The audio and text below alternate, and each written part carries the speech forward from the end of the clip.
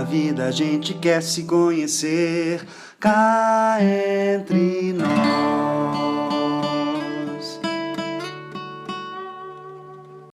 Olá, alegria de estar aqui com você e de receber novamente a Laia Dúlios. É tradutora, pesquisadora, uma estudiosa, né, da teosofia, de vários ramos do conhecimento, e hoje ela atendeu o nosso convite para falar sobre o grupo interno de HPB, de Helena Blavatsky, The Inner Group.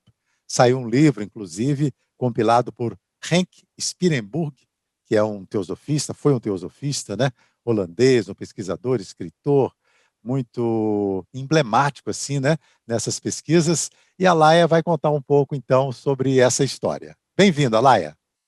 Obrigada, Fernando, pela oportunidade de falar aqui com você de novo, com o seu público, com os nossos amigos todos, né? Você me pediu para trazer um pouco a biografia dos membros do grupo interno da Blavatsky, e eu fiquei pensando, quem conhece o meu trabalho no meu canal, eu falo muito de Jesus e dos gnósticos, né, que é um tema que me toca muito. E tem uma passagem, que aí eu faço gancho agora com o grupo interno, que eu sempre lembro, quando Jesus explica, quando Jesus é perguntado no Evangelho de Mateus, Novo Testamento mesmo, por que ele falava em parábolas, e ele fala assim, ao público eu falo em parábolas, mas aos meus discípulos eu dou a ensinar os mistérios do reino, né? E eu sinto que isso foi algo que aconteceu com Blavatsky, né? Não que eu esteja comparando Blavatsky com Jesus, ou colocando as coisas em comparação, mas eu acredito que a Blavatsky foi, de certa forma, uma grande iniciada e tinha uma grande missão, né? Então, nada mais natural do que ela ter um grupo seleto também, assim como Jesus teve, como Platão teve sua escola, como Buda teve, cada um em seus graus diversos, mas com importância, né? Ela também teve um grupo de almas com afinidade, de almas que também já estavam nesse caminho e tinham talvez elos kármicos com ela, ou com a missão da teosofia, e esse grupo foi muito importante, né? Então, a gente falar sobre essas pessoas é realmente conhecer quem foram esses discípulos de Blavatsky e que tentaram fortalecer o estudo da religião sabedoria, da tradição sabedoria e da investigação, né, de toda a tradição espiritual.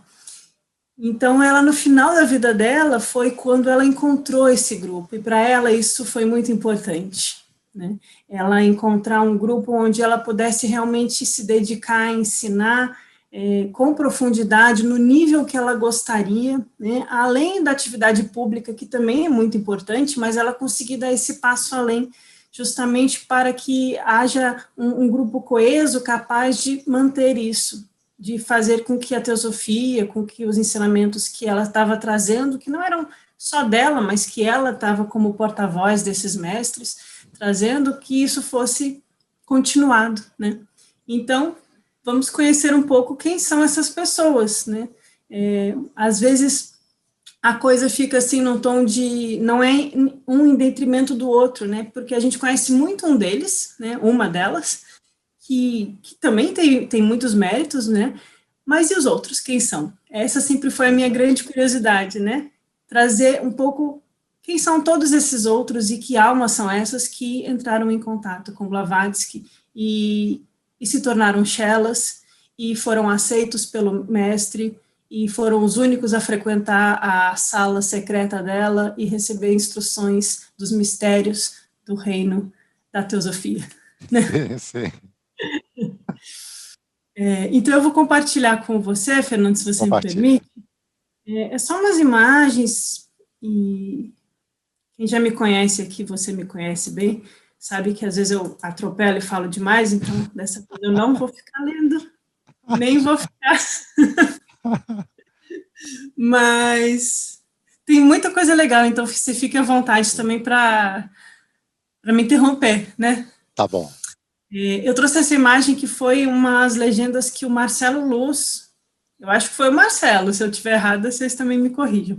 Deve ser. Foi o Marcelo Luz que colocou legenda nessa foto, que é uma foto dessas pessoas do grupo interno, desses discípulos próximos, desses alunos íntimos que conviveram intimamente com Blavatsky, com seus ensinamentos mais profundos, né? E essa foto foi tirada logo após a morte dela, quando eles se reuniram lá na sede em Londres, na loja Blavatsky, para decidir. Eles tinham um conselho, o conselho da seção esotérica, que era composto dos membros do grupo interno e outros, né? Deixando claro aqui para quem estiver ouvindo que o grupo interno não é a seção esotérica, era um núcleo mais além, né? E eles se reuniram para decidir o futuro do que seria o trabalho deles após a morte dela e tiraram essa foto. Então, o Marcelo Luz, muita alegria, muita felicidade, ele colocou aí foi muito feliz na escolha de botar assim os nomes, porque a gente sempre vê essa foto e fica, né, quem é quem, né, procurando. Então, eu vou passar um pouco sobre quem foi cada um desses, né? Ótimo, Alaia. Só uma coisa para enfatizar, eu acho muito bonito quando a Blavatsky escreve o porquê que ela montou esse grupo, porque ela fala assim, eu estava buscando, ela sai da Índia, né, por diversos motivos, mas ela estava buscando aquilo que realmente alimentava a alma dela. Eu vejo uma Blavatsky muito humana quando ela escreve assim, eu vejo uma pessoa que tem um grande conhecimento, uma grande ânsia de promulgar essa sabedoria, de passar adiante o que os mestres esperam dela, e ela procurando quem pudesse receber, né? Devia ser uma sensação muito de solidão também que ela tinha, eu fico imaginando. Então, ela conta, né, que ela encontrou entre ingleses, norte-americanos e europeus essas pessoas. Não quer dizer que são as únicas pessoas, né? Quer dizer que naquele momento, naquelas condições kármicas, essas foram as almas que se afinizaram com o trabalho e com ela, e que já tinham algum grau de caminhar, provavelmente, né? Não sei, mas faz sentido.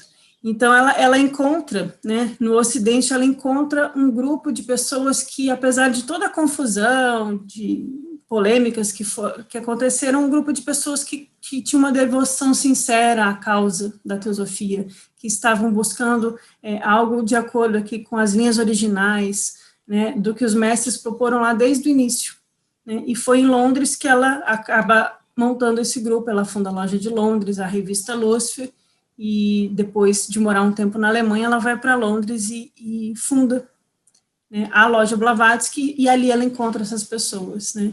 Ela diz que se sente estimulada, encorajada pela devoção de um número sempre crescente de membros, né? E ela ficou tocada pelo trabalho desinteressado pela teosofia que ela viu nessas pessoas, né? Um trabalho inegoísta, um trabalho altruísta, né?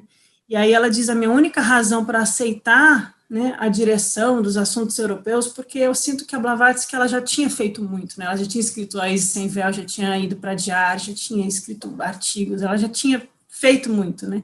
E nesse momento da vida dela, que ela estava muito adoentada e já no fim da vida, ela queria realmente algo mais profundo, algo que fosse mais um trabalho direto, ligado à vida espiritual, ao que a gente chama de ocultismo às vezes, né?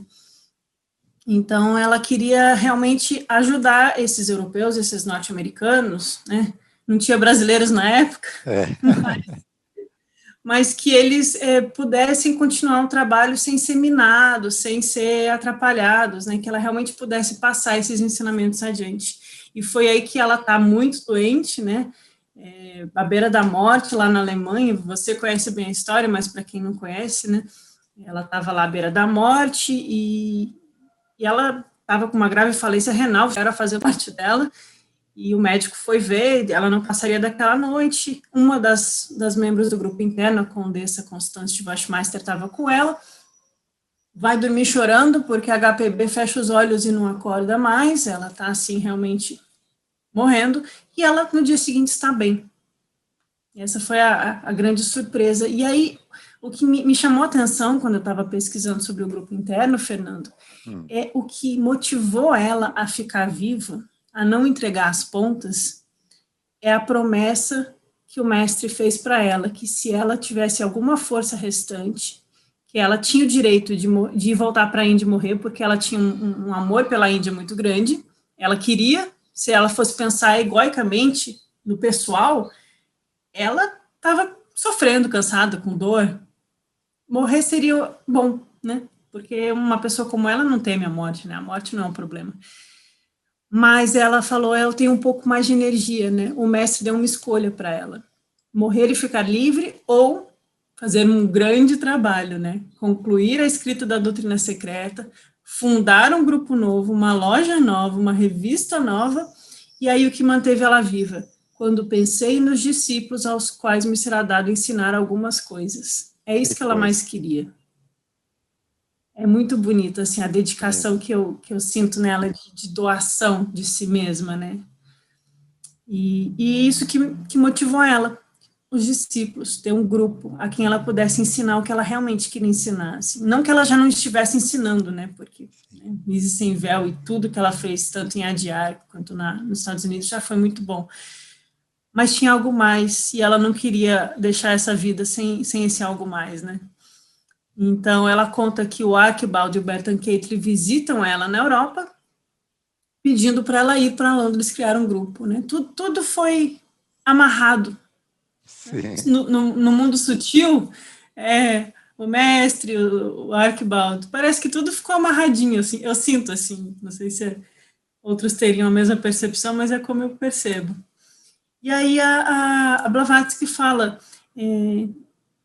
era uma necessidade que eu sentia, né? Ela diz, era uma necessidade porque era impossível apresentar alguns ensinamentos publicamente, né? Mas haviam alguns membros antigos e bem testados, aptos para aprender certas coisas, né? E aí a Blavatsky disse, das centenas de teosofistas que já assumiram seus compromissos, eu puder colocar na senda verdadeira uma meia dúzia, eu morrerei tranquila. Então, essa é a motivação dela, é passar adiante um ensinamento mais profundo que ela poderia e colocar na senda, no chelado, na vida espiritual real, almas que tivessem esse compromisso de continuar o trabalho, né? Ela comenta, né, que o Bertrand foi o Walcott visitar ela nessa época, ela está escrevendo 12 horas por dia, preparando tudo, escrevendo material para esse grupo, né? E o Archibald, esse é o Bertrand da foto, o Bertrand Cately visita ela, e ele reclama, olha, as coisas lá em Londres não estão bem, está tudo muito moroso, né, a gente está gostoso, está tudo muito na inércia, a gente precisa de você. Eles queriam ela, né, então tem que ser, me lembra muito a história do Parzival, das Brianas, o castelo, ele vê o rei ferido, e ele não fala nada, e no dia seguinte o castelo sumiu. Então, é preciso que o discípulo faça a pergunta, busque e peça, e tente. A Blavatsky não podia oferecer, mas eles foram lá e pediram, que é bonito dessa história. Então, ela foi, e ela escreve para o Judge, pede para ele vir, porque ele tinha um papel importante também a cumprir. Né?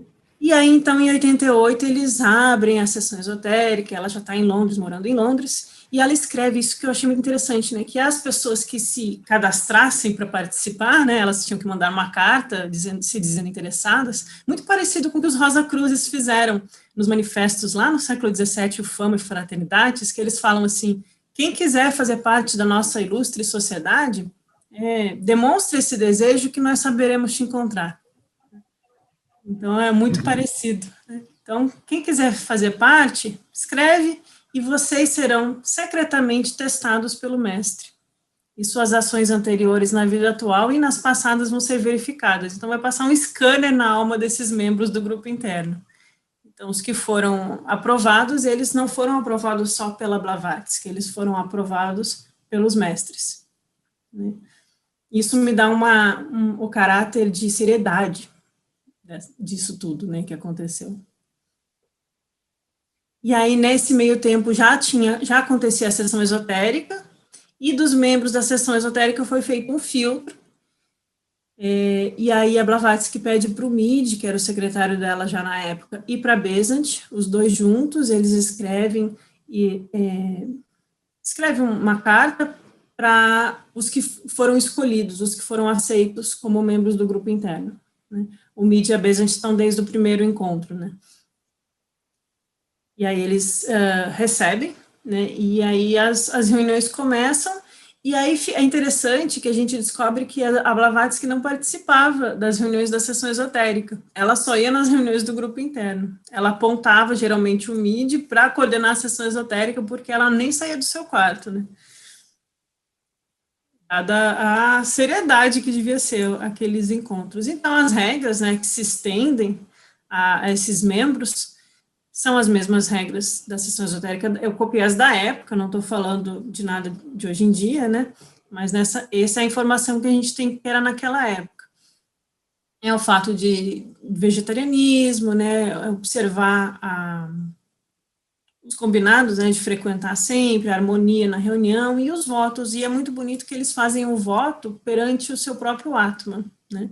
Não é um voto para uma figura externa, não é um voto para um mestre específico, não é um voto para com a Blavatsky, eles não estão jurando obediência a Blavatsky, eles estão se colocando humildemente, se prostrando ante ao seu próprio Atman, com um compromisso de alma interno que nunca vai ser quebrado, né? Muito, muito sério. E isso não depende da Blavatsky, não depende de mais ninguém, depende inteiramente deles. Ela estava ali como alguém mediando esse acesso, porque ela estava sendo a porta-voz dos mestres, né? Ela disse. Se quiser me interromper, Fernando, eu vou falando. Eu só lembrei do Judge, né, que você citou ali, a Blavatsky pedindo, venha para cá, porque o Judge trabalhava muito, né? Ele tinha muitos compromissos, era advogado, enfim, e não podia sempre atender. Ele esteve com ela em 1884, quando ele foi a Londres, a Paris, e essa viagem, depois ele foi à Índia, né? Mudou a vida dele completamente. E se ele morasse em Londres e tivesse mais disponibilidade, certamente faria parte desse grupo, né, Laia? Certamente ele estaria lá. A gente vai ver que ele esteve indiretamente, de alguma forma, mas ela queria estar com ele pertinho, né? Bonito de ver a cara. E aí essa é uma foto de onde aconteciam as reuniões do grupo interno. Tinha uma antessala que foi magnetizada e preparada especialmente para essas reuniões e só era usado para isso, e ninguém mais podia entrar além dela e dos 12.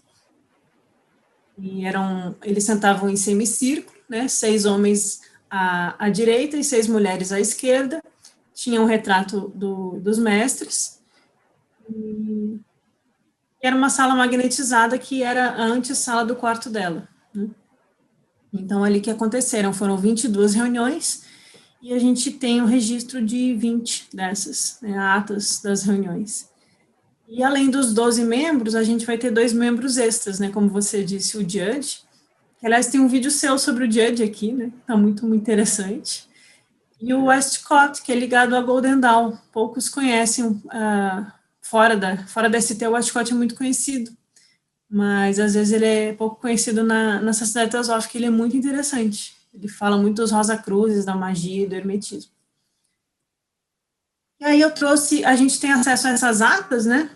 Porque o Henk Spierenburg, ele é um teosofista holandês, ele tem nesse livro à esquerda, coloridinho, ele coletou as atas das reuniões do grupo interno. E tem esse livro tem uma introdução muito boa do Daniel Caldwell. São 2 boas fontes para a gente saber mais sobre essa parte da história. É esse livro amarelinho aí embaixo, Os Papéis Esotéricos da Madame Blavatsky, do Daniel Caldwell, eu acredito que você tenha, né? Eu tenho. E esse do Spierenburg, que são as próprias atas, e tem essa introdução, né, do Daniel. O Spierenburg, eu achei muito interessante, se você também quiser contribuir com alguma informação sobre ele, mas eu achei muito interessante que ele parece ser um grande coletador de informações. Sim. Então, eu tenho esse livro verdinho dele, que é Blavatsky sobre os gnósticos, que é o meu assunto assim, favorito. Ele pegou tudo que ela falou sobre os gnósticos, desde Sem Véu, todos os artigos, Collected Writings, Doutrina Secreta, e organizou num livro, né? Depois ele selecionou todos os comentários que ela fez ao Novo Testamento, depois tudo que a Blavatsky escreveu sobre o budismo, e depois tudo sobre a Vedanta. Ele foi mostrando quais eram as principais áreas de escrita dela, né? E ele mesmo produziu um material interessante, então eu deixei em negrito, né, porque me chamou a atenção, né? Ele trabalhou com Subahal, que agora você tem trabalhado, né, Fernando? Ele trabalhou com o Filo de Alexandria, que é ali ligado aos gnósticos, ao judaísmo platônico, é muito bonito, também muito filosófico. Um Gita, ele estudou sobre os Dalai Lamas, e Nag Hammadi, que novamente são os textos gnósticos que trabalham justamente esse de Nag Hammadi. Aí me chamou a atenção isso, do Spierenburg. mas ele que faz a coletânea toda, né, de todas as atas aqui, e é muito interessante porque existiam 2 cadernos das atas, e ele traz os 2, assim, para a gente ver, comparar se tem algumas diferenças, mas tá bem igualzinho. A Alice Clitter e acho que a Besant são as 2 que copiavam. Bom, eu não vou ler todo esse texto, mas só para mostrar que assim que um desses 12, daquela primeira foto que eu mostrei, um desses 12, ele entrava na primeira reunião, era recebido, tinha um tipo de rito de iniciação, onde havia um juramento e um voto, e esse voto era um voto feito ante ao próprio superior, ao próprio Atma, né, na presença do mestre, na presença dos outros, na presença de Blavatsky, e era um voto que, mesmo que a gente, porque assim, as pessoas não têm lembranças de vidas passadas, né? Então, mesmo que não lembrasse, não adianta. O voto foi feito e ele não pode ser quebrado e terá consequências se você quebrar esse voto nas vidas futuras. Então, só que de outra forma, ele também vai ajudar a alma, é o que está lá no texto, né? Ele vai incentivar e auxiliar para que o trabalho continue a ser feito. Então, quando eu estava lendo, eu fiquei, nossa, isso é muito sério, isso não é assim, isso é muito profundo, né? É algo que você nunca pode retirar, e às vezes a gente nem sabe se fez, se não fez, né? É verdade. Então, isso mostra que quando a gente está, pensando assim, nós hoje, século XXI, a gente está nessa busca, a gente não sabe desde quando, mas se a gente leva isso a sério, tem que ser levado com compromisso, com responsabilidade e com sinceridade de alma, porque a gente não sabe dos nossos votos, se a gente fez ou não fez, né?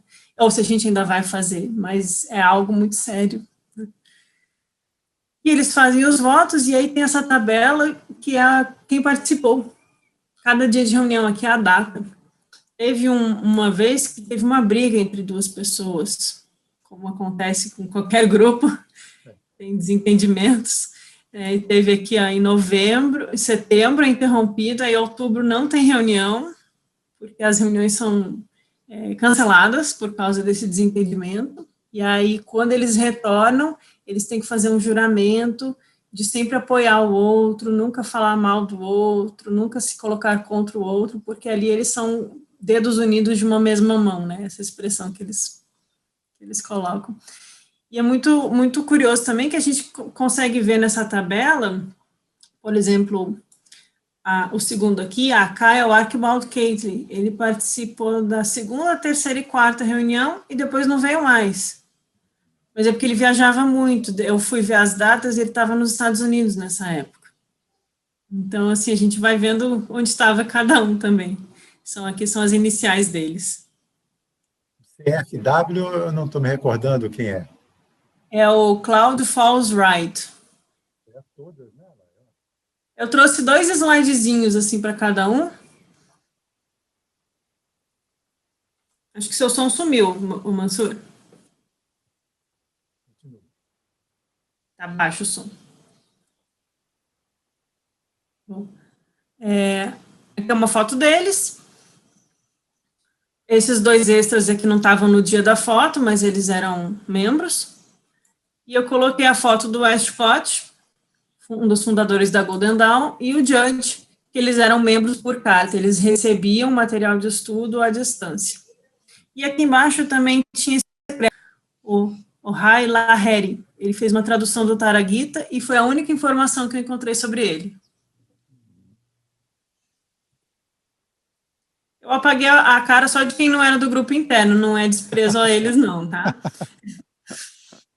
Só para a gente saber, porque aqui o segundo aqui é o Bertrand Catley, ele era da seção esotérica, ele ajudou na escrita da doutrina secreta, na revisão, ele foi muito bacana, mas só para a gente saber quem eram os do grupo interno. E aqui é a idade deles. Eu achei uma informação curiosa, alguns muito jovens, as mulheres um pouco mais velhas, já estão com os filhos crescidos, e a gente tem um pouquinho sobre eles.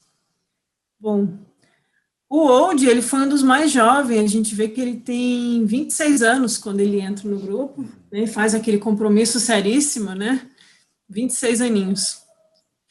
E a gente vê que ele entra assim na ST em 88, né, ele foi editor de revista, ele foi tesoureiro internacional, ele estava com a Blavatsky quando ela morreu, ele segurou a mão dela, estava ele e o Wright, eu acho, um de cada lado dela, ela naquela poltrona, foi quando ela deu o último suspiro, eles que estavam com ela. Eu gosto de imaginar cenas, então esse tipo de informação é o que eu gravo. E ele gostava muito de astrologia, a Blavatsky chamava ele de vagabundo astral, porque ele ficava vagando no corpo astral à noite, às vezes meio sem rumo. Aí ela zombava um pouco com ele, assim, fica vagabundeando aí no astral. E ele teve uma carreira como astrólogo e ele usou um codinome chamado Cefário. Foi assim que ele foi conhecido. É uma foto dele já mais velho, né? Ele escreveu alguns livros sobre ocultismo, sobre a cabala dos números, sobre mapa astrológico, né? Fala alguma coisa, Fernando, que eu acho que travou aqui. Tá me ouvindo agora? Tá, voltou aqui. Se você congelou, eu fiquei com medo de você ter sumido. E é interessante, Alaia, que o Walter Old, né, ele escreve um depoimento magnífico também naquele livro de coletânea dos alunos do Memórias, né? HPB. E nós Uhum. publicamos aqui também no Brasil, né, o grupo Pioneiros. E depois, eu acho que ele ficou um pouco confuso, assim, depois da morte da Blavatsky, ele foi um dos principais acusadores de Judge, né? Ele e uma outra pessoa, que eu me esqueci o nome agora, e Sim. criou assim um embaraço tremendo naquela época para a sociedade teosófica, porque outras pessoas chegaram também. Mas, enfim, teve a carta dele, quando a gente lê para Blavatsky, que é magnífica, muito inspiradora e mostra todo o amor que ele tinha por ela. Sim, eu gosto de conhecer sobre as pessoas justamente por isso, Mansur, a gente vê o quanto eles eram humanos, né? Sim. Que eles, cada um teve seus caminhos, alguns erraram, pisaram na bola, mas isso faz parte da experiência humana, né? Isso. E é o que eles estavam vivendo naquela época, né? O Old, ele era muito jovem quando ele participou desses votos seríssimos da alma, então talvez tenha sido complicado processar isso tudo também para ele, eu fico pensando. Mas, de fato, assim, depois ele faz o Walcott brigar com o Judge, ele escreve umas coisas públicas num jornal que ele não devia, ele causa um constrangimento enorme, os teosofistas ficam chateados com ele. Sim. E ele acaba saindo da sociedade teosófica e segue como astrólogo até o resto da vida, assim. Esse foi, ele passou um pouco tempo, né, e seguiu como astrólogo depois. Vou passar para o próximo, senão eu fico. Sim. Esse é o Corin. O Corin, ele foi presidente da loja de Brixton, e o Corin também é bem jovem, ele tinha 27 anos quando ele faz aquele voto. E aí ele coordenava a loja de Brixton, que é no sul de Londres, e ele participou depois da morte de HPB, lá em 93, né, ela morre em 91, em 93 ele vai no Parlamento Mundial das Religiões, ele representa a teosofia, ele era, assim, bem articulado, bem ativo, pelo visto. E aí, quando em 95 tem aquela briga do Judge com a Besant, o Corin fica do lado do Judge e acaba sendo expulso de ADR por esse motivo, junto com toda a loja dele. Uma confusão. E depois ele acaba, por causa disso, ele vai morar nos Estados Unidos e fica atuando por lá. E depois, quando o Judge falece jovem, como você mesmo contou pra gente, né, ele segue com a Catherine Tingley, que aí é outra história da sociedade teosófica, da teosofia, né. E aí o Corin, ele fica muito ligado a Point Loma, né. Ele era médico, ele e o Archibald, que é esse outro da foto, eles eram médicos, eles que ajudavam a Blavatsky quando ela estava doente, e ele ajudou a treinar enfermeiras durante a guerra dos Estados Unidos contra Cuba, ele auxiliou as Irmãs da Compaixão, um grupo de mulheres que ele treinou como enfermeiras para ajudar os feridos, né, então ele teve também um trabalho muito voluntário nesse sentido humano, assim, né. E ele viveu em Ponte Loma, nunca se casou, foi amigo do Gottfried Purucker, que é muito famoso, né, ele escreveu muitos livros lá na Estate de Ponte Loma. São livros também. E aí tem uma fotinha do Corin. Oi? São livros também extraordinários, né? Tem um que chama-se Fundamentos da Filosofia Esotérica, né? Que está sendo traduzido, Alaia. E o Jairo Cavalcante, né? É um livro, 48 sessões, mais ou menos, né? Com a Catherine Tingley, que convidou o Purucker, né, para fazer essas palestras sobre a doutrina secreta, essas aulas, né? E talvez a gente tenha aí, em algum momento, esse livro aqui no Brasil. Purucker era um grande estudioso. Eu li um livro do Puru que eu achei muito profundo, muito bonito, me tocou bastante, então eu fico feliz. Não, E aí o Corey também escreveu alguns artigos, né? Ele gostava muito dessa parte sobre Devakan, as questões da doutrina secreta, né? O destino da alma, a consciência, o mestre e o discípulo de antigamente. Ele continuou muito ativo nesses assuntos, né? Ele foi um teosofista bem atuante nos Estados Unidos. Depois o terceiro que a gente tem é o Sturdy, também muito jovenzinho. Eu acho tão bonitinho isso. E o Sturge, ele era um sânscritista, ele estudava sânscrito, estudou o hinduísmo e o budismo, essa era mais a praia dele. A gente vai vendo, estudando, conhecendo cada um dos membros do grupo interno, que cada um tem suas inclinações de alma, né? Eu acho muito interessante a gente observar, assim, como cada um vai por um caminho, e isso é lindo na teosofia, porque permite que as almas encontrem seus caminhos, né? E aí o Sturge, ele abre uma loja na Nova Zelândia, ele vai para Adyar, ele encontra com Olcott, porque ele leu sobre os sábios hindus, aí ele vai até Adyar, né, queria saber mais sobre isso, volta para Nova Zelândia, conhece o Judge, ele é muito viajante, né, e acaba se mudando para Londres, porque ele quer ficar próximo de Blavatsky em 88, né. E aí ele ingressa no grupo aos 30 anos, e foi ele que fez aquele diagrama da meditação, que ele registrou, né, o diagrama de meditação, que é muito interessante. Muito, muito. E aí ele estudou muito as tradições orientais, né? Ele tem uma história de vida triste, ele casou, teve 2 filhos, a esposa morreu com os filhos ainda pequenos, ele criou os filhos sozinho. São muito, assim, eu senti ele muito humano lendo sobre ele também. E ele escreveu um artigo em 93, né? Blavatsky já tinha falecido há 2 anos, ele escreve um artigo sobre gurus e chelas, né? Um membro do grupo interno escrevendo sobre gurus e chelas, acho que nada mais apropriado. Só que a Besant discordou de uns pontos no artigo dele, aí eles tiveram uma discussão via artigos de revista. Essas coisas não era por internet, era por artigo de revista, né? Colegas discordando. E aí, quando teve a controvérsia com o Judge, o Sturge fica com o lado de Adyar, né, mesmo discordando da Besant, ele escolhe ficar ao lado de Adyar. Eu não acho que tem que escolher lado, né, a gente vai ver que alguns não escolheram nada, né, não é questão de briga. Mas, e logo depois, em 94, ele abandona a Sociedade Teosófica e decide seguir uma vida independente. E aí ele se dedica inteiramente às questões do hinduísmo e do budismo, né. Ele escreveu sobre os sistemas religiosos da Índia. Eu pus essa foto da casa dele porque ele tinha um sogro arquiteto, ele gostava de reformar casas, e ele pôs aqui o lema da Sociedade Teosófica em cima da lareira da casa dele. Satyanasti Parodharma, né? Não há religião superior à verdade. Ele seguiu com isso. Muito bom gosto. Ele deixou a sociedade, mas nunca deixou o trabalho pelo espiritual e pela teosofia, de certa forma, né? E aí ele fala que a teosofia não foi a sua única inspiração, ele também deve muito a Anna Kingsford, a Blavatsky e ao Maitland, que são personagens desconhecidos de quem estuda essa época, mas que ele deve muito também aos ensinamentos da Vedanta e do budismo. E aí ele trocou cartas com o Vivekananda, e aí o Vivekananda foi morar na casa dele. Por um tempo, Vivekananda, para quem não conhece, é um autor muito famoso, muito conhecido sobre Vedanta, ele tem livros muito bons em português, inclusive. E o Vivekananda morou um tempo na casa do Sturge, que era um dos membros do grupo interno. Então, assim, olha só, coisas que a gente não fica sabendo. É isso. E ele acabou se dedicando a traduzir os sutras, os Narada Sutras, né, que é a Bhakti Yoga, a Yoga do coração, da devoção, é a mística, é muito bonito.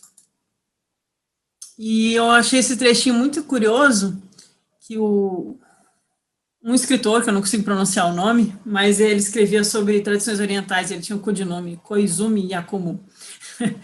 Ele diz que conhecia um homem extraordinário, seu nome é Sturge, ele viveu na Índia, perto dos Himalaias, por anos estudando as filosofias do Oriente. E as gostosuras das comidas do hotel não lhe interessam, pois ele é um vegetariano. Então a gente vê como é que era, né, o Sturge. Aqui ela é só uma citação pequena, no slide anterior, né, da Anna Kingsford. Na época tinha também uma eleição para a loja em Londres, né? E o Uhum. Kennedy também participava, e os mestres falam muito bem da Anna Kingsford, que Sim, ela divulga o vegetarianismo, ela é contra a vivissecção dos animais, e os mestres falam o quanto isso sim, é importante, não é? sim, E embaixo o Boris Dezhkov, que era sobrinho neto de HPB, que compilou, fez os collect writings, né? Os sim. 14 Agora é volumes. importante. Ele fez um trabalho magnífico, com auxílio de uma equipe, evidentemente, mas ele que foi cabeça aí dessa história. Incrível isso. Esse trabalho dele é monumental. Sim, e o Boris trocou cartas com o Sturge, né? Eles se mantiveram em contato, né? O Sturge, ele morre bem velhinho, 90 e poucos anos, e ele seguiu se dedicando às tradições orientais, traduzindo do sânscrito. Era uma alma de um oriental, Sim. num corpo europeu. Não que a gente tenha divisórias pelo mundo, né? Não tem fronteiras. Mas ele comenta, né, a Blavatsky era mais um ocultista, eu era mais um místico, né? Ele diz que ele era um pouco cético, mas que depois ele passou a acreditar nos mestres como indivíduos reais. E o mesmo a Anna Kingsford, né? Os mestres elogiam muito ela e ela questionava um pouco, né, a existência deles. Ela era mais cética, assim. E eles falavam, a gente não precisa que ela acredite, a gente quer que ela continue fazendo o bom trabalho dela. Eu acho isso muito bonito. E ele morreu sentado, lendo um texto budista sobre a morte. Olha só. Ele morreu em paz, teve uma parada cardíaca. Esse era o texto que ele estava lendo, do Christmas Humphreys. E hoje em dia, em inglês, é bem fácil de achar. E na capa do livro que o Sturge estava lendo, não sei se era esse, mas o autor escreve sobre essas coisas, está a imagem de Tsongkhapa. Olha. E a Blavatsky cita bastante, né, o fundador da escola Gelupa, dos gorros amarelos. Então, talvez o Sturge tenha captado por onde iam os caminhos da tradição sabedoria. Isso, exatamente. O Claude Wright era um teosofista irlandês, ele era um pouco excêntrico, e diz que ele era um pouco sensitivo, tinha alguns CIDs, e pouco convencional, e dava muitas palestras, e que era muito quieto, e de repente chocava as pessoas com as excentricidades dele. Essa é uma pessoa bem curiosa. E aí, o que se comenta sobre ele é que ele passava até 18 horas sentado, estudando, e ele, depois que a Blavatsky morre, ele vai para os Estados Unidos e viaja dando palestras pelos Estados Unidos todo, em todas as lojas. E diz que o que atraiu ele a Blavatsky foi um dia ele estava andando em Dublin, ele chamou uma moça, ela desfaleceu na frente dele, e quando ela levantou, ela falou que tinha uma mensagem para ele, que era para ele fazer as malas e ir para Londres fazer parte do grupo da Blavatsky. Então foi um fenômeno aí que aconteceu. E esse era o Wright, né? Ele casou casou com uma teosofista também, e eles ficaram lá nos Estados Unidos, né, junto a Point Loma, dando palestras. E ele morreu afogado no México. Eu achei muito triste essa parte da biografia dele, né? Como assim? Foi para o México. Bom, mas ele escreveu esse livro, Os Princípios da Teosofia Moderna, e é só o que eu achei de registro, de escrito dele. Ele era mais um orador do que um escritor. Mas uma pessoa bem interessante. A quinta era a Emily Kirslenburg, ela era espírita, ela se juntou à ST desde os primórdios, assim, no início da Sociedade Teosófica, lá em 77, ela já estava participando, e ela tinha esse interesse no espiritismo, no espiritualismo da época, né? E aí diz que ela viaja para as cataratas do Niágara e escreve uma carta para o Olcott, que eles ainda estão, o Olcott e o Blavatsky ainda estão em Nova York nessa época, e ela escreve uma carta, eu queria conhecer vocês, fiquei muito interessada. E quando o Olcott recebe essa carta, tem uma notinha embaixo, que foi precipitada de um mestre chamado Narayana, que diz que ela é de natureza doce, verdadeira e sincera. Cuide bem dela, receba ela e cuide bem dela. E avise para ela que eu estive com ela algumas vezes lá na sede. Então, assim, era uma alma que estava aí precisando ser pescada, né? Estava pronta. Estava pronta para ser pescado, pescadores de almas, né? Eu falo nos apócrifos cristãos lá, a gente fala que Jesus era um pescador de almas, Blavatsky também era. Isso. E aí ela foi a única mulher que estava na fundação da Sociedade Teosófica Britânica. Então, ela participou da reunião de fundação, onde eles leram uma carta do Walcott, tinham espiritualistas, maçons, Rosa-Cruzes e ela. E aí ela se tornou a secretária-geral da ST Britânica nessa época. E aí quando a Blavatsky volta de Adyar e vai para a Alemanha, essa Emily vai visitar ela e elas desenvolvem uma amizade. Elas ficam amigas, né? Viajam juntas de carruagem, né? Ficam convivendo bastante. E a Blavatsky escreve muitos elogios a Emily, né? Que é uma pessoa muito dedicada, corajosa, com caráter grandioso, né? Ela só fala assim, ela era um pouco carente, aí ela fica indo na igreja ter respaldo emocional, né, como é a natureza das mulheres, a Blavatsky diz, mas ela é uma pessoa firme, confiável e dedicada, né, a Emily Killingsworth. E aí eu não sabia, foi novidade para mim quando eu fui pesquisar, que ela escreveu muitos artigos. Olha, quanta coisa. Muitos artigos, principalmente sobre educação, né, eu separei aqui em temas, eu consegui assim filtrar um pouquinho, né, e aí eu botei lá em temas, né, educação, teosofia, educação, escola de meninas, lições para as crianças, era o que interessava bastante ela, né. Como o Vicente Hauschin, né, escreveu Teosofia e Educação, recentemente, né. Bom, a Emily tinha essa ligação com o cristianismo, então muitos artigos sobre o lado místico do cristianismo, o catolicismo e a teosofia, Jacob Boehme, que é um teósofo cristão, né, meditação cristã, métodos de meditação cristã, eu achei interessante, falei, olha só, eu queria ler essas coisas dela. Alguns eu achei o artigo, outros só o nome. E ela também escreveu sobre o karma, Blavatsky, um pouco sobre budismo, os salmos budistas, né, os versos de ouro de Pitágoras. A gente vê que é uma característica bem de uma teosofista, né, essa amplitude mental de bem eclética. Vários assuntos, né. A Emily. Bom, a Condessa. É maravilhosa, né? A Condessa é incrível, ela tem um livro em português de reminiscências, né, que eu sei que vocês já leram. Sim, excelente esse livro. E a Condessa, ela, né, casou com um sueco, ela nasceu em Florença, aí o livro. Esse é um livro que dá gosto de ler, né? Parece que a gente está lendo um filme, assim, está vendo um filme. Ela escreve com uma habilidade, uma intimidade. E a Condessa, ela buscava respostas para a vida dela, ela buscou no espiritualismo da época, disse que não se satisfez. Ela era clarividente, clareaudiente, então ela tinha certas noções de experiências, ela tinha um filtro bom para essas coisas. E aí diz que quando ela conhece a Blavatsky, na casa do Sinit tem uma afinidade imediata, em 1864, e aí a Blavatsky fala para ela, daqui 2 anos você vai largar tudo e passar o resto da vida comigo. E ela fala assim, da onde você tirou isso? Vendo, vai acontecer.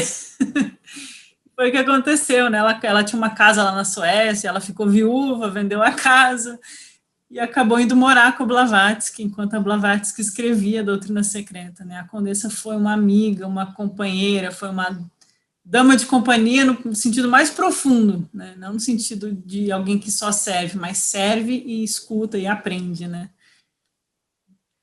E ela... Deixa eu passar aqui. E a Blavatsky conta que a Condessa se afinizou imediatamente com ela porque ela reconheceu um retrato do mestre M. Aí a Blavatsky escreve para uma outra pessoa em 88, fala assim, a Condessa se uniu a ST, pois ela reconheceu no retrato do meu mestre o mestre dela. E que a salvou em diversas ocasiões. E ela viu, inclusive, em seu corpo físico, quando ele esteve aqui de visita.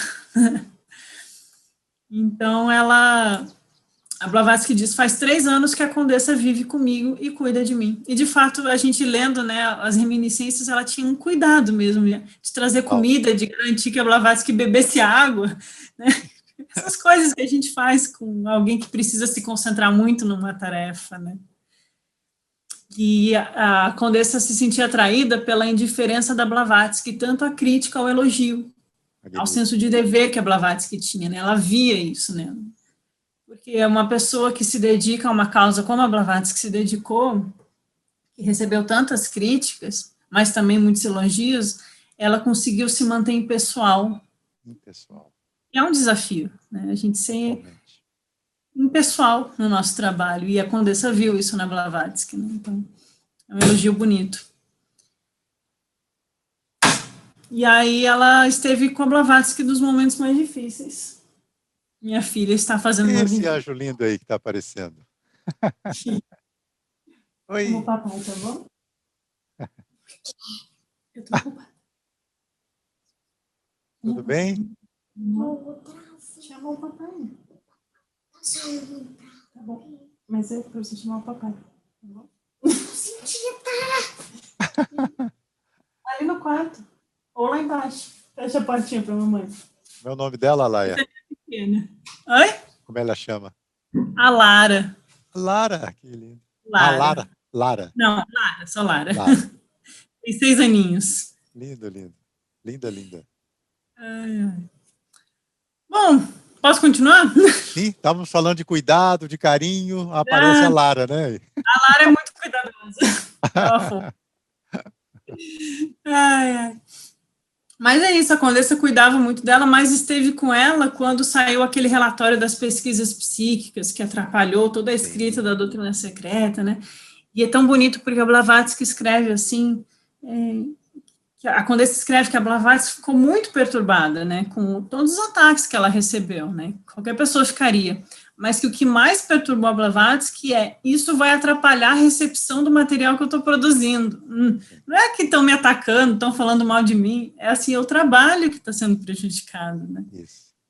E a Condessa que foi o ponto de suporte, de apoio para ela nesse momento difícil.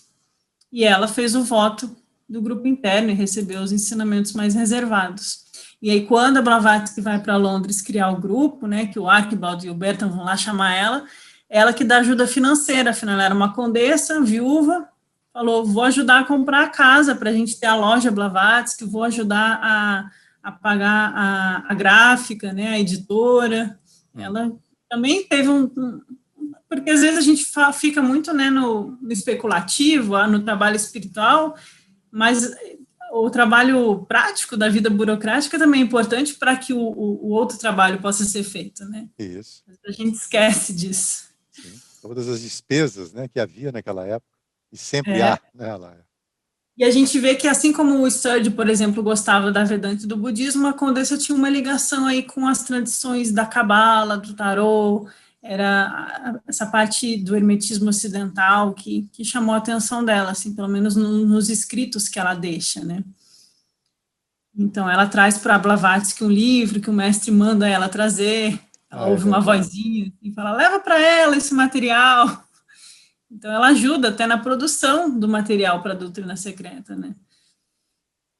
E ela, depois que a Blavatsky morre, ela segue para os Estados Unidos, mas ela fica viajando com a Besant.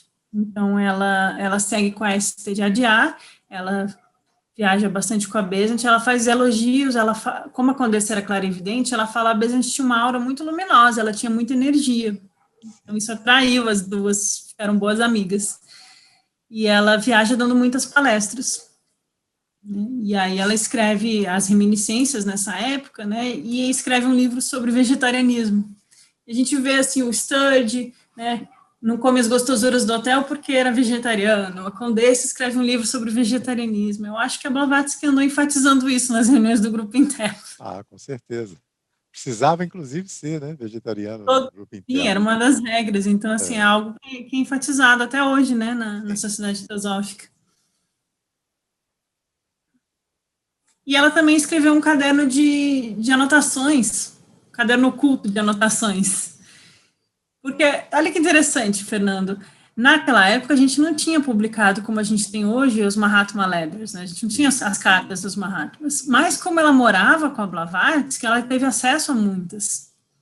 Então, quando a Blavatsky autorizava, ela copiava no caderninho dela algumas das cartas dos Mahatmas. Então, Olha. ela já estava fazendo esse estudo das cartas naquela época. Sim. Achei muito bonito isso.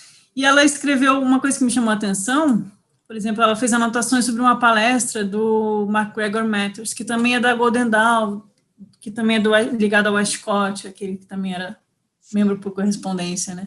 Sobre rosacrucianismo, sobre cabala. Né? Então, eu vejo que os diagramas mágicos da cabala era alguma coisa que chamava a atenção à Condessa. Eu gosto de sempre saber para onde vai a alma de cada um. Assim, é uma curiosidade. Eu me lembrei aqui, falando dessas pessoas, né, que compilam as cartas, compilam livros, compilam escritos variados, Trevor Barker, né, que foi o compilador das cartas dos Mahatmas para Sinet, compilador das cartas de HPB para Sinet.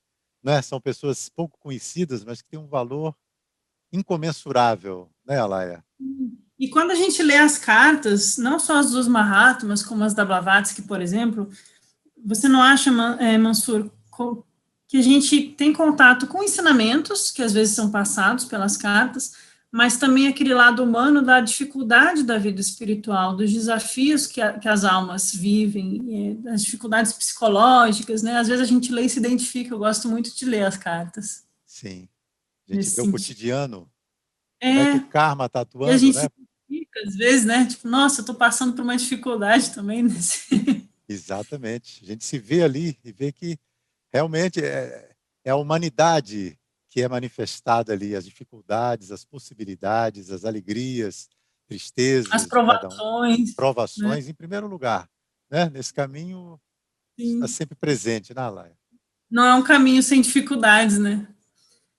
Aqui a capa do livro de vegetarianismo dela, a gente vê que é um livro de receitas mesmo. Ela cuidava da Blavatsky, ela devia fazer umas receitinhas. Era uma senhora, assim, muito dedicada. E eu achei muito bonito que na introdução desse livro de vegetarianismo, que aliás eu fiquei sabendo que a Marli Winkler traduziu ele para o português, vai publicar em breve, alguma coisa assim. Mas na introdução ela fala sobre o aspecto espiritual do vegetarianismo no sentido da energia que a gente coloca dentro do nosso corpo, né? E a Condessa, sendo clarividente, tendo essa sensibilidade, né? Ninguém melhor para falar disso do que ela, eu achei. Ela falando da energia do sangue dos animais, como isso afeta os nossos corpos sutis, né? E também por compaixão aos animais, mas também por uma questão de preservar a alma no caminho espiritual, né? Laia, você falou da Marli, não sei se você sabe, mas ela traduziu os Collect Writings, está revisando. Ela traduziu o primeiro volume, né? Já está disponível na Amazon. Que legal, que legal. Volume 1, ela deu o título em português, Os Escritos Compilados de H.P. Blavatsky. Sim, volume 1. Que bom que ela fez isso. Que bom. Só a título de curiosidade, que às vezes a gente vê que na mesma família nascem umas pessoas, né?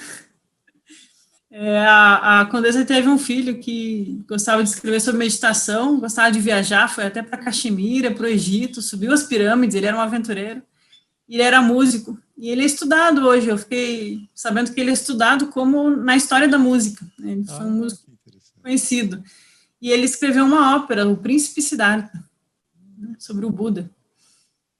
Então, corria na família. Isso lhe é familiar? Isso lhe lembra alguma coisa? Me lembro. O 7º membro, estou tentando ser rápida, Mansur, te juro. O 7º membro é o Archibald Gaitley, né?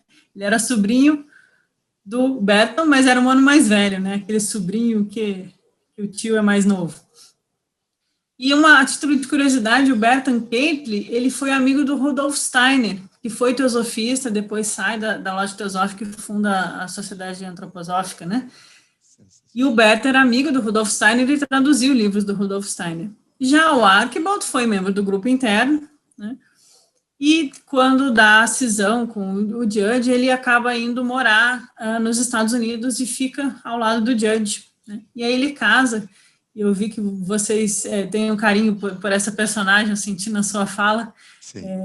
Ele casa com a Julia van der Planck, a Jasper Niemand, né?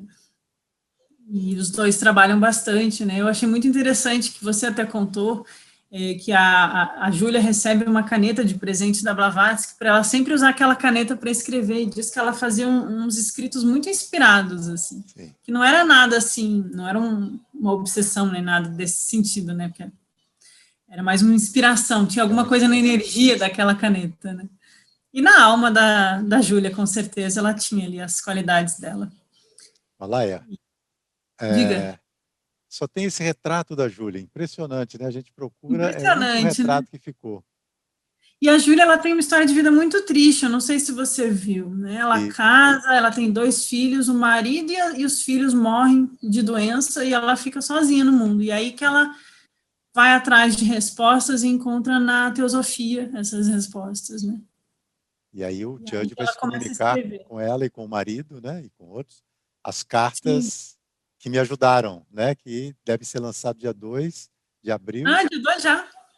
E em primeira mão para você, Alaia, em homenagem a Lara, esse livro que a Júlia escreveu um livro para criança chamado Luz Maravilha, A Luz Maravilha e Outras Histórias. Filosofia Sim. verdadeira para crianças. A Vocês Josi, traduziram? sim, já está traduzido. César de Oliveira Que traduziu. legal. A Josi escreveu uma apresentação. Siglind Plock e a Joana Vermeulen escreveram um prefácio. E também deve sair no dia 2, fazer um lançamento conjunto do Judge e da Júlia. Que ótimo. A cara da Josi, realmente, que ela gosta de É, trabalhar com criança, né? exato. Nossa, muito legal. É, Muito legal, fico muito feliz, parabéns. obrigado. E o Archibald, ele também escreveu muitos artigos, eu gosto sempre de trazer os títulos, Fernando, dos artigos que eu acho sobre eles, porque a gente vê a tônica do estudo deles, né? Então, a gente vê que o Archibald, sendo médico, ele escreveu sobre ocultismo e medicina, biologia por detrás da doutrina secreta, ele tinha essa coisa médica nele, mas também escreveu, né, sobre o karma, o ocultismo, a luz astral, todas essas questões que a gente vê quando a gente estuda teosofia, e também sobre o tratamento dos animais, vivissecção e vegetarianismo. Então, acho que todos enfatizaram, né, essa questão. O Archibald e o Bertrand eram os revisores da doutrina secreta, né? Eles que pediram para Blavatsky aumentar os comentários, que as loucas estavam muito difíceis, e eles que recortavam e organizando, fazendo aquele trabalho editorial sem computador naquela época. Nossa, eles trabalharam muito com a doutrina secreta, né? A gente deve muito a eles, muito. Nesse sentido. Aqui é uma foto da Lansdowne Road, que é onde eles moraram juntos com a Blavatsky. O Mead, ele foi um estudioso, né, de grego, de latim, estudou clássicos em Cambridge, ele depois foi estudar filosofia oriental, academicamente, ele era um acadêmico, assim, e aí foi quando ele foi estudar filosofia oriental que ele encontrou o livro O Budismo Esotérico do Sinit, e aí conheceu o Bertrand Keitel, conheceu o Mohini Chatterjee, e aí entrou nessa sociedade teosófica. E ele diz que quando a Blavatsky abre a porta para ele, ele bate lá nessa casa aqui, ele bate na porta, ela abre a porta e fala, meu velho amigo. Caramba. Quem será que ela viu ali, né, Laia? Pois é, ele tinha 24 anos e ela chamava ele de meu velho. Muito bonitinho. E aí ele era professor, assim, ele dava aula, né, jovem, dando aula, e diz que ele larga tudo, desiste da carreira de ser professor para trabalhar com a Blavatsky. Ele dedica a vida dele ali naquele momento integralmente a ela, né. E ele vira revisor de todos os artigos dela, ele passa a morar com ela, ele vira o secretário, ele responde as cartas privadas que ela recebia e não tinha tempo, ela jogava para ele, falava, vai lá ler e responder para mim. Então, havia uma relação de confiança muito bonita neles, né? Eu achei muito bonito isso, porque ele era muito jovem, eu fiquei pensando, nossa, que responsabilidade responder as cartas da Blavatsky. Ela viu o homem interno, o ser interno dele, não é? Ela viu o homem interno, é isso que eu fiquei pensando, né? E aí ela escreve, né? Um jovem brilhante, capaz, que auxiliava ela, aquela heroína tempestuosa, né? Ele conseguia conter os arroubos tempestuosos dela, né? E também ele é descrito como um estudante por natureza, um pesquisador nato, né? Uma habilidade de produção e de escrita muito grande. E E aí tem vários relatos interessantes. Ele escreve um artigo defendendo ela, quando acusam ela de ser charlatã, essas coisas. Ele fala assim, nunca que ela poderia ser, ela me entregou todas as chaves da casa dela, ela ia estar fingindo para quem? Quem que abre as portas para um desconhecido e fala, lê aí minha correspondência, se ela tivesse escondido alguma coisa, né? Então, ele esteve muito presente com ela, e é uma das poucas fotos que eles têm juntos, e ele sempre foi considerado um grande scholar, né? Ele até hoje ele é respeitado, inclusive, nos meios acadêmicos, porque ele estudou muito a questão do hermetismo, do gnosticismo e da magia antiga ocidental, né? Ele escreve na revista Devahan, ele ajudou a organizar o glossário teosófico. O primeiro livro que ele escreveu foi sobre Simão o Mago. Ele deu palestras na Sociedade de Estudos Asiáticos. E tem uma biografia dele da editora Madras, em português. Isso é bem interessante de ler. E aí eu trouxe, assim, fotos dos livros que ele escreveu, porque realmente o Mead, ele foi um dos membros do grupo interno que mais escreveu, né? Ele tem muitos livros grossos, e a gente vê que é bem, assim, investigando a vida de Jesus, hermetismo, mitraísmo, Plotino, né? Neoplatonismo, que é da onde o Blavatsky tira a palavra teosofia. Apolônio de Tiana, que tem em português aí na editora teosófica. O de Sofia é um texto gnóstico, um texto de Jesus, dos mistérios de Jesus, que o Raul traduz e está em português pela editora teosófica. É um dos mais vendidos da editora teosófica. É um dos mais vendidos? Que legal. Que legal. Sabendo então, isso. O Mead foi investigar, ele tem essa capacidade de investigação, e aí eu gosto muito dos textos dele, por isso no livro que eu publiquei junto com o Alberto Brum, a gente traduziu alguns textos do Mead, está lá junto com textos nossos. Ele casa com a Laura Cooper, que também fez um trabalho social, ajudou as mulheres nas fábricas. Sempre tem alguns teosofistas com uma vez assim, mais do cuidado do próximo, alguns são mais de escrever, outros de dar palestra, né? Cada um no seu âmbito de ação. E a Laura casa com ele, ela também é do grupo interno. Eles não têm filhos, eles só ficam morando juntos e trabalhando pela teosofia. Acho que era um jeito de dar certo as coisas naquela época. E ela que escreve aquele relato, como o Blavatsky nos deixou. Está nesse livro, né? Nós mencionamos há pouco, né? Esse livro que você publicou, né? É Em Memória de Helena Blavatsky por alguns de seus alunos, né? Tem os depoimentos dela, do Mead também, né? De Judge, Annie Besant, Condessa. Esses livros a gente consegue comprar pela editora teosófica ainda? Sim, sim. Talvez ainda tenha algum número, não sei se está esgotado, mas... Ou com você mesmo? Não, está tudo lá. Pela editora. Tá. A gente doa para a editora. Quem estiver assistindo já sabe para onde pode procurar, né? Sim. A Laura e o Mead, eles acabam saindo da Sociedade Teosófica em 1909, e aí eles fundam a Sociedade da Busca, The Quest Society, junto com uma revista, que é também dedicada ao estudo comparativo das religiões, da filosofia e da ciência, né? Mas eles resolvem fazer novos moldes, né? E dessa sociedade participam muitas pessoas, assim, interessantes, como os próprios ex-membros do grupo interno, né? O Sturge está lá com eles, o Kingsland, William Kingsland, que participou muito da renovação da Back to Blavatsky, né? E também estava lá com ele. O Herbert Burroughs, que era amigo da Annie Besant, foi para a Quest Society. Então, eles acabam se encontrando e ficando ali. E poetas famosos, como o Yeats, o Ezra Pound e o Hermann Hesse, também estavam lá junto assistindo as palestras do Mead, acompanhando a revista. E a Laura ajudava ele na editoração, né? Então, eles seguiram trabalhando juntos, né? Os 12 membros, a mão ficou com alguns dedos juntos ainda. Poxa, que trabalho magnífico. É um belo trabalho. Terminando, né, estamos no 10º, a Isabel Cooper Oakley, ela nasce na Índia, isso me chamou muita atenção. Ela é filha de ingleses, mas ela nasce na Índia, no Punjab, em Amritsar. E aí o pai dela valorizava muito a educação, então ela foi uma dessas mulheres que recebeu um estímulo à educação muito cedo, assim. Então ela foi estudar em Cambridge depois. Mas antes ela sofre um acidente ou uma doença, não entendi bem, mas ela tinha 23 anos e ela ficou 2 anos de cama, sem poder se mexer muito. E aí nesse tempo que ela leu Isis sem Véu, gostou muito, e aquilo tocou ela e transformou a vida dela, né?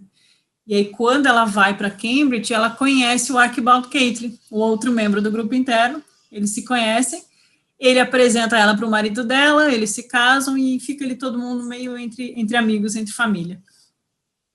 O Alcott elogia muito a Isabel, depois ela volta para a Índia e ela dá muitas palestras na Sociedade Teosófica, lá na Índia. E ela fala assim, o Alcott, né, comenta, a senhora Cooper Oakley se tornou um Shela. Falando no futuro, ele fala isso para ela, sobre ela, né? Ela se tornou um Shela, ela foi muito dedicada a Blavatsky, apesar da sua saúde frágil. E ela se dedicou aos mestres até o fim da sua vida.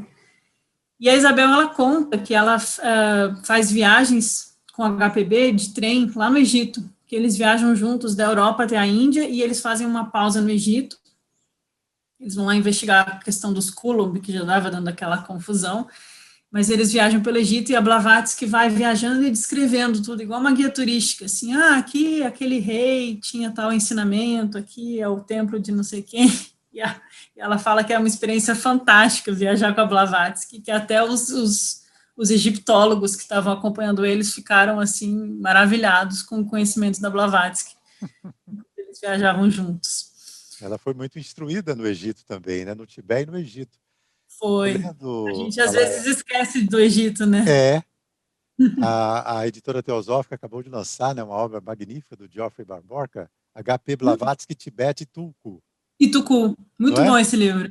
Muito bom. E eu me lembro dessa parte que eu li ali, estava falando, né? Não só no Tibete, mas a Blavatsky recebeu muitos ensinamentos no Egito. Ela até tentou criar algumas coisas no Egito, mas acabou que não deu muito certo, né?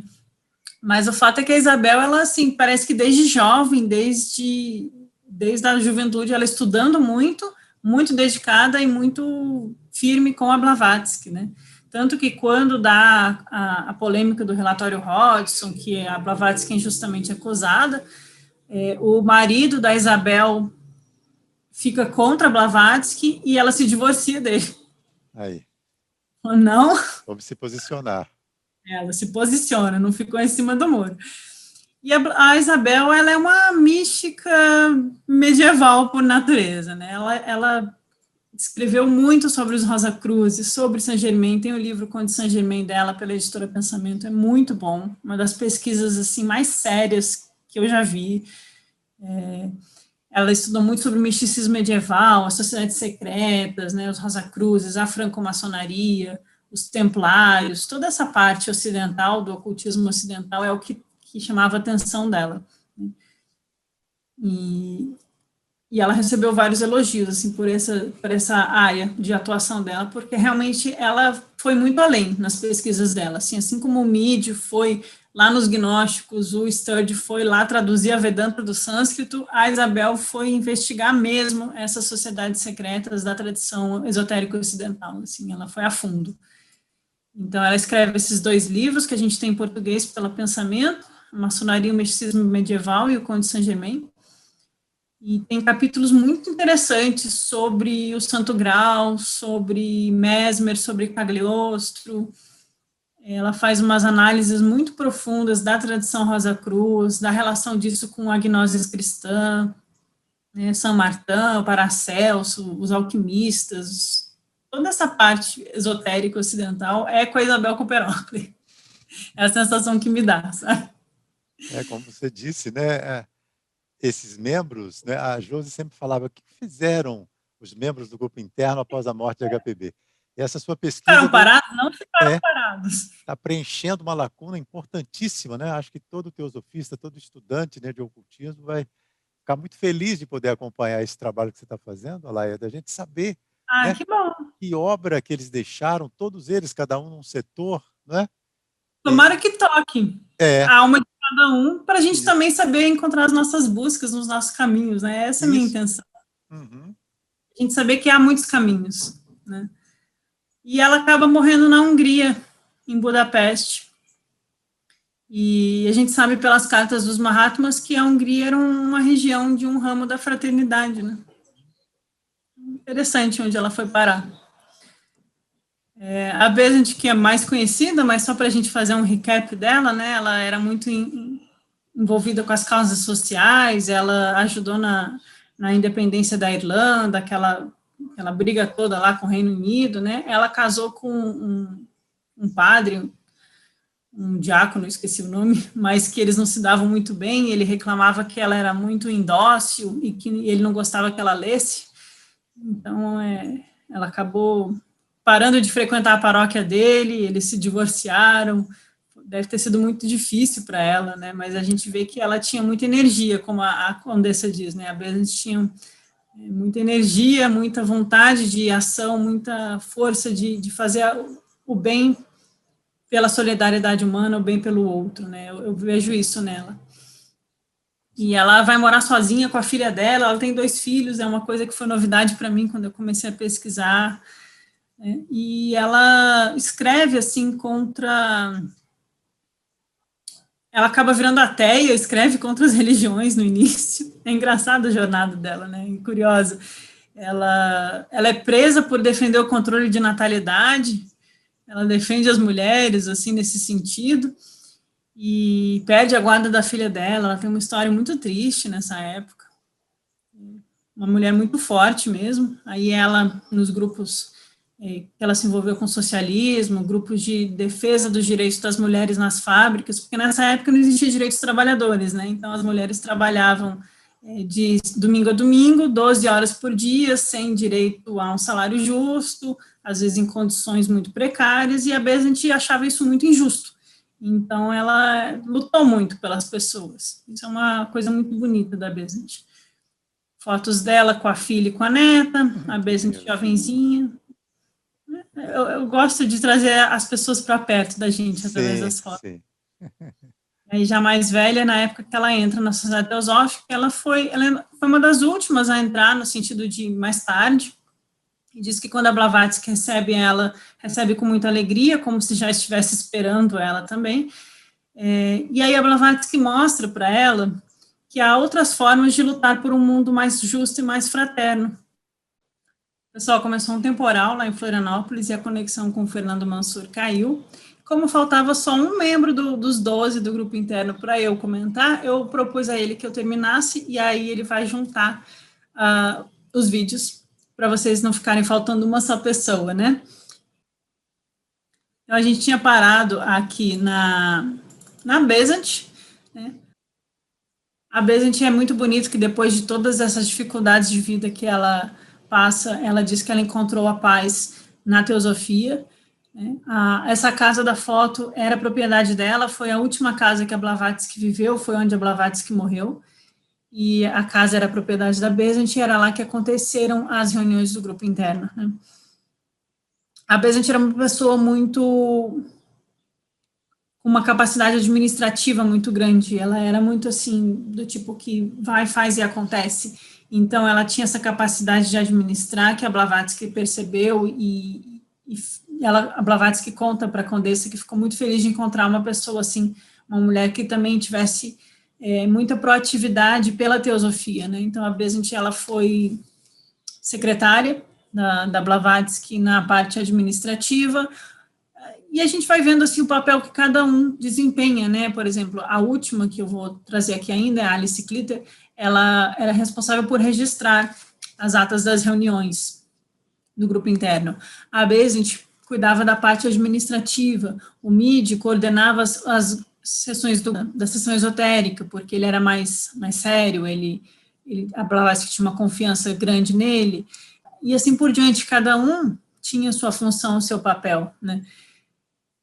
Assim que a Blavatsky morreu, o conselho desses membros mais próximos, desses alunos próximos da Blavatsky, né, eles se reuniram para tirar aquela foto que eu comecei aqui no primeiro slide, eles se reuniram para conversar o futuro do trabalho teosófico deles, e ficou decidido que a Besant, junto com o Judge, iam ter um papel de liderança, porque eles eram capazes e proativos nesse sentido, mas que eles deveriam trabalhar juntos, né? Um nos Estados Unidos e outra na Europa, né? E o Olcott em Adyar, os 3, eles deveriam tentar manter o elo intacto, né? E por isso tem essa foto da Besant com o Judge e o Olcott, que foi o dia que essa reunião foi tudo decidido, né?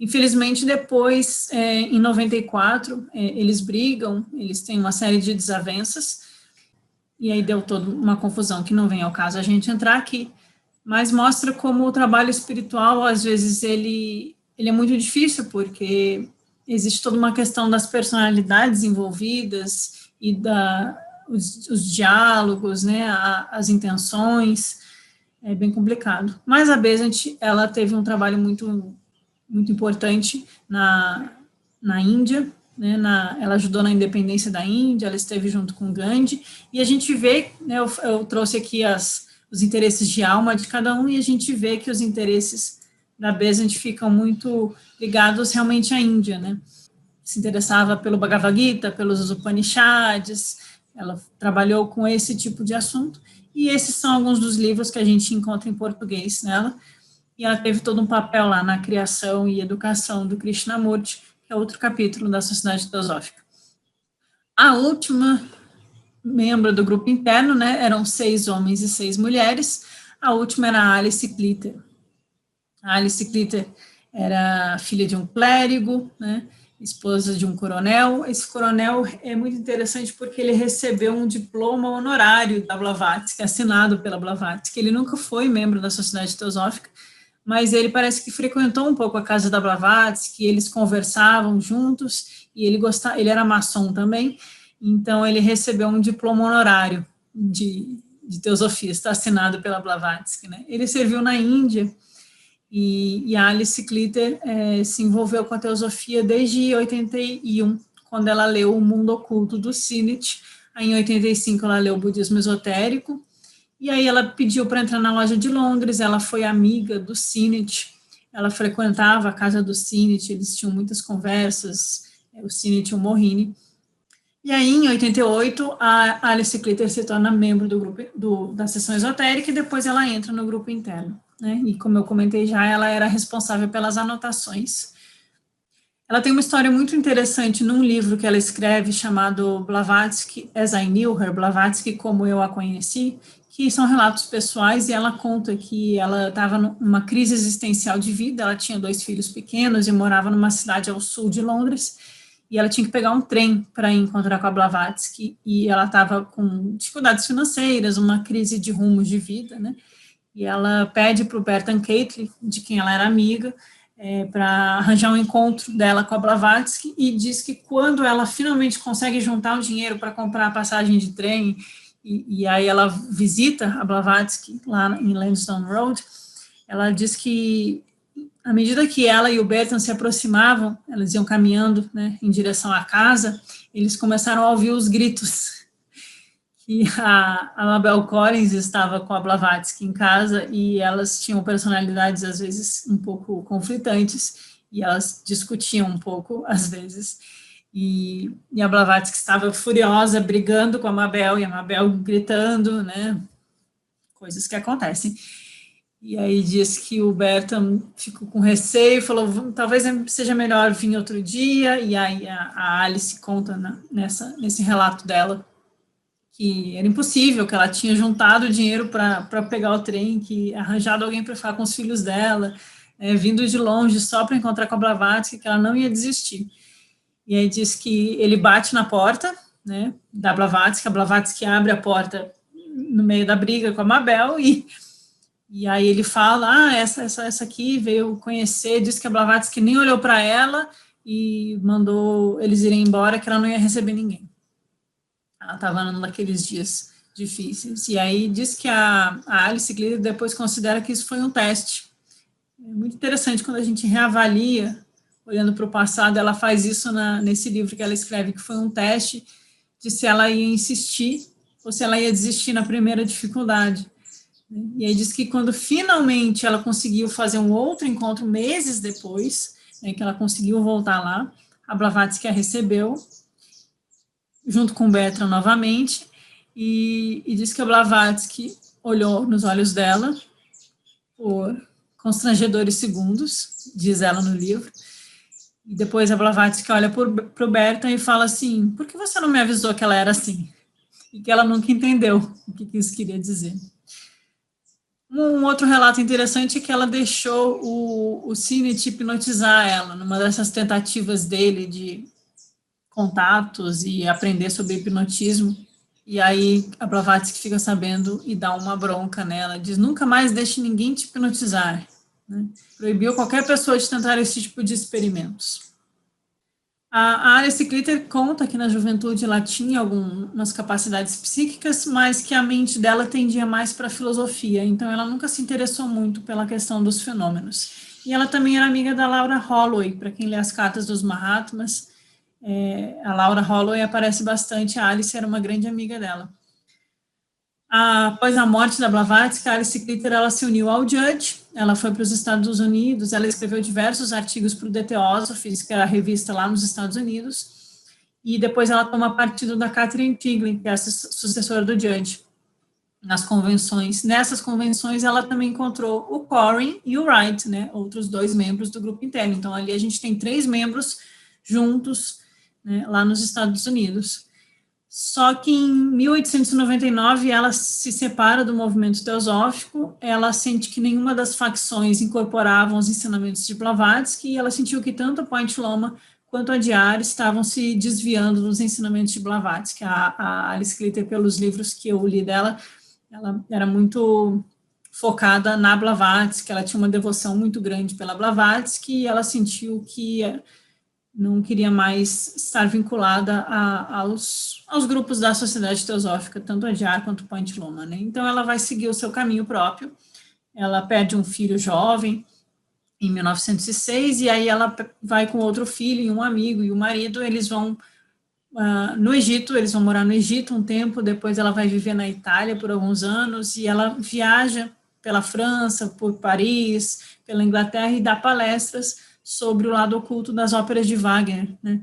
Então, ela estudou um pouco a tradição do Grau pelo viés da literatura, assim como a Isabel Cooper Oakley estuda, né, o Grau, os Templários.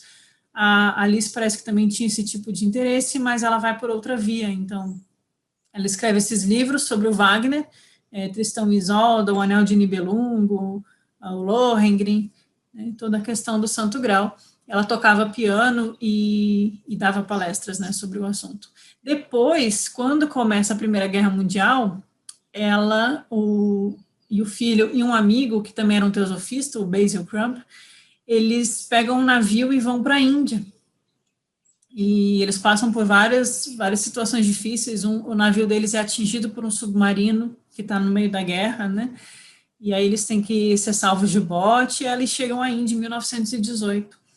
Então, a Alice Clitter é uma teosofista que ela foi atrás das raízes da Blavatsky, né? Ela foi procurar aquilo que unia a Blavatsky à Índia, ao Tibete. Ela foi para o norte da Índia tentar encontrar o budismo que a Blavatsky ensinou. Então, em 1920, ela foi um dos 5 europeus que tomou os votos de Pankashila, né, os votos budistas, sob o auspício de um lama Gelupa, né, da escola de Tsongkhapa, o Geshe Rinpoche, que esse é um nome genérico, né, e eles estão no monasterio de Dongkarn, em Chumbi Valley. Ela visita Ladakh, ela visita Darjeeling, que é ali na fronteira do Nepal, a Índia e o Tibete, né, e aí ela consegue um contato com a comitiva do Panchen Lama da época, né, Panchen Lama, lembrando, que é um cargo importante dentro da escola Gelupa, né, superior ao Dalai Lama, em termos espirituais, e os Panchen Lamas viviam em Tashilhunpo. E Tashilhunpo foi onde foi que Blavatsky viveu, foi o centro de treinamento oculto de Blavatsky, em parte, ao que tudo indica, foi em Tashilhunpo. Então, a Alice Clitter vai atrás dessa conexão. E lá ela conhece, ela consegue viajar até Pequim, e ela conhece o Panchen Lama e toda a sua comitiva, e ela recebe um diploma dizendo que ela deve ser tratada como uma budista Gelupa. Né? Então, ela é uma das poucas europeias também que consegue entrar no Tibete naquela época. A gente vê pelas cartas dos Mahatmas como muitos tentaram e como era complicado. Esse documento que ela recebe, dizendo que ela era uma budista Gelupa e devia ser tratada como tal, foi muito útil para as viagens dela, porque naquela época já estava complicadas as relações com a China e com os estrangeiros entrando, né? o Panchen Lama deu esse passaporte especial para ela. E aí, essa é uma foto do Panchen Lama, Lobsang Thupten Chokinima, de Tashilhumpo, né, o Tashi Lama, que eles chamavam naquela época também, e ela consegue, na China, em Pequim, em 1928, ela publica uma edição da Voz do Silêncio, com um autógrafo, umas adições do Panchen Lama. Eles passaram 6 meses viajando com a comitiva através de todo o Planalto tibetano, atravessa o Lago de Coconor, a jornada é árdua, durante vários meses a pé, a camelo, no deserto da Mongólia. E aí tem várias dificuldades, ela conta isso no livro dela, eu estou contando para vocês porque é interessante quando a gente lê no livro. E aí ela não consegue encontrar o Panchen Lama de novo, aí fica frustrada, eles voltam e ela mora na Índia. O filho dela se especializa em aprender chinês e tibetano e ele vira tradutor do budismo. E aí nessa época eles escrevem um livro, né, ela escreve junto com um amigo e o filho, um livro chamado Por que eu acredito no budismo e alguns pensamentos budistas. E aí quando ela volta, já com uns 80 anos, eles voltam de viagem lá de Pequim até a Índia, e ela sofre um acidente, e aí ela morre em 38, em Darjeeling, na Índia. Mas a gente vê que é uma pessoa que estava realmente dedicada, né, a ir atrás dos ensinamentos dos mestres, como a Blavatsky tinha ensinado, né. Aqui em vermelho a gente tem Darjeeling, aqui no meio é Qinghai, que é um centro ligado à tradição Kalachakra, que é a tradição que apresenta o budismo da Voz do Silêncio. Tem aquele verso: quereis tornar-te um discípulo do Círculo do Tempo. Círculo do Tempo quer dizer Kalachakra, que é uma tradição do budismo Vajrayana, ligada à escola Gelupa. Então, aqui existia um grupo dessa tradição, então ela vai para cá, junto com a comitiva do Panchen Lama, e depois vai morar em Pequim, né? Então, eu coloquei no mapa só para a gente ver como eles viajaram bastante. O Panchen Lama, ele escreve em tibetano esse trecho de um sutra budista na abertura da Voz do Silêncio, que ela consegue publicar em Pequim, e ele respalda, né, o texto como sendo, de fato, um texto do budismo tibetano, da tradição Mahayana, né, um texto autêntico do budismo Mahayana, que a Blavatsky traz para o Ocidente, e é um texto fantástico, né? E junto com o William Kingsland, que era da seção esotérica, o William Kingsland não era do grupo interno, mas ele era da seção esotérica, ela funda a biblioteca de emprestar livros da Blavatsky, né, a Blavatsky Lending Library, em 23, e ela que começa o movimento Back to Blavatsky, né. Aqui a gente tem uma foto dela com o filho e uma amiga ocidental, junto com a comitiva tibetana, né, e o passaporte que eles recebem dizia o seguinte: uma budista Gelupa de origem inglesa, uma devota que deve ser tratada como budista e oferecida assistência caso necessite, não deve ser incomodada. Esse documento foi muito bom, né, como eu disse, para eles viajarem naquele período turbulento. E aqui os livros dela que eu mencionei, Blavatsky, como a conheci, Blavatsky, os livros sobre o Wagner, Budismo, a Ciência da Vida, né, dela com o Basil Crump, esse outro teosofista. Esse Blavatsky, A Grande Traição, é uma denúncia que ela faz, ela fica muito chateada com as atitudes da Besant após toda a confusão com o Judge, ela fica muito chateada, e ela tem diversas críticas a como tudo é conduzido em relação ao Krishnamurti, a Ordem da Estrela do Oriente, todas aquelas coisas que acontecem, que eu não vou entrar aqui, mas ela é uma pessoa que fica muito sentida com perceber que estava sendo desviado dos propósitos do grupo interno, que os materiais privados estavam sendo usados, né, para autopromoção, e que as coisas estavam sendo deturpadas, e a Alice Clitter, ela escreve um livro de denúncia, né, ela é uma teosofista bastante indignada com as coisas. E ela também escreveu esse livro, Blavatsky, Sua Vida e Trabalho pela Humanidade, que o Mansur, que não está aqui para falar com a gente, mas eu falo que ele foi o responsável, junto com alguns amigos, por coordenar a publicação desse livro, Os Pioneiros do Movimento Teosófico, e esse livro dela aqui, Blavatsky, Sua Vida e Trabalho pela Humanidade, está traduzido na íntegra em português aqui nesse livro dos pioneiros. Alice Clitter é considerada por alguns uma dos poucos do grupo interno que ficou até o fim lutando pela Blavatsky, né? Enquanto ela viveu em Calcutá, ela também viajou para a Austrália para dar palestras, e isso deu alguns atritos com a Besant por lá também. E a Alice Clitter, ela escreveu alguns artigos de denúncia também sobre a Alice Bailey, achando que a Bailey tinha se desviado com o mediunismo, que era um ensinamento muito presente na Blavatsky, né? Tomar cuidado com as canalizações, as fontes do que você recebe. Ela também denuncia a Catherine Tinglin, por isso que ela se afasta depois da ST dos Estados Unidos. Ela acha que as coisas estão caindo em mediunismo e que está errado. E ela escreve sobre a música das cores, sobre a natureza centenária, sobre Omar Khayyam, isso me chamou a atenção, e sobre os iniciados tibetanos, Tsongkhapa e os Panchen Lamas. E esse amigo que passou a viver e viajar com ela, escreveu um texto que me chamou muita atenção pelos meus interesses pessoais, Jesus visitou a Índia e o Tibete, Buda e Cristo, a confusão entre a pessoa e o princípio, né, que eu tenho alguns vídeos no meu canal que eu sempre comento, né, que Cristo é o princípio divino dentro de nós, e Jesus é o mestre, o Mahatma, que manifesta esse princípio, né, que traz esse ensinamento. Então, naquela época, já tinha alguns teosofistas debatendo isso, né, e a gente vê conhecer essa história desses 12 membros do grupo interno, cada um com suas particularidades, suas personalidades, né, e seus interesses de alma, a gente vê como é amplo o campo de trabalho de alguém que está em busca da sabedoria.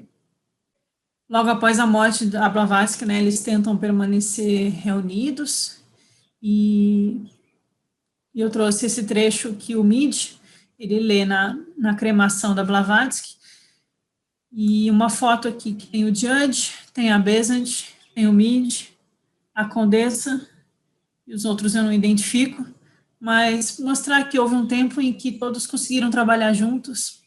Então, o Mead, ele coloca, por mais que amemos e reverenciemos nossa líder, nossa devoção ao trabalho não deve estar baseada em afeições transitórias por uma personalidade, mas na própria fundação sólida de uma convicção que na própria teosofia é achada naqueles princípios espirituais eternos, de reto pensamento, reta fala e reta ação, que é o ensinamento budista do óctuplo caminho, né, isso que o Mead está citando, que são essenciais ao progresso e harmonia da humanidade.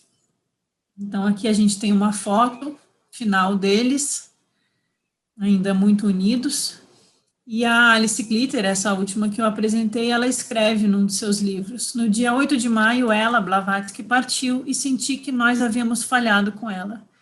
Enquanto grupo, falhamos na prática da fraternidade, havia ciúmes e desavenças entre nós. Deve ter sido terrível para a HPB assistir.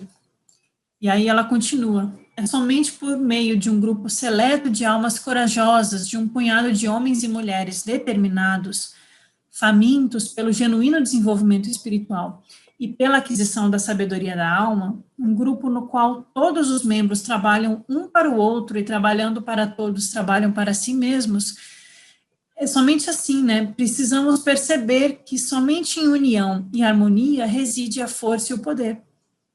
Esquecer a plenitude do eu pessoal e ter um altruísmo sincero são os primeiros e indispensáveis requisitos do treinamento daqueles que se tornarão os adeptos brancos nesta ou em uma futura encarnação. Então, eu finalizo com essas palavras da Alice Clitter para a gente perceber que o caminho espiritual, ele segue, mesmo após a morte de Blavatsky, que cada um tenta continuar a sua forma, ouvindo os chamados de sua alma, às vezes tropeçando no caminho, às vezes tendo êxito nas suas provações espirituais, mas que eles não abandonaram a dedicação à busca da sabedoria, a dedicação à busca desse conhecimento secreto, que é tão transformador, que a Blavatsky ensinou. Então, que eles possam nos inspirar também a nós continuarmos buscando os nossos caminhos de uma forma fraterna, sem desavenças, e cada um sabendo a sua melhor área de atuação. Eu trouxe uma tabela só como curiosidade para mostrar como eles se separaram, né? alguns seguiram.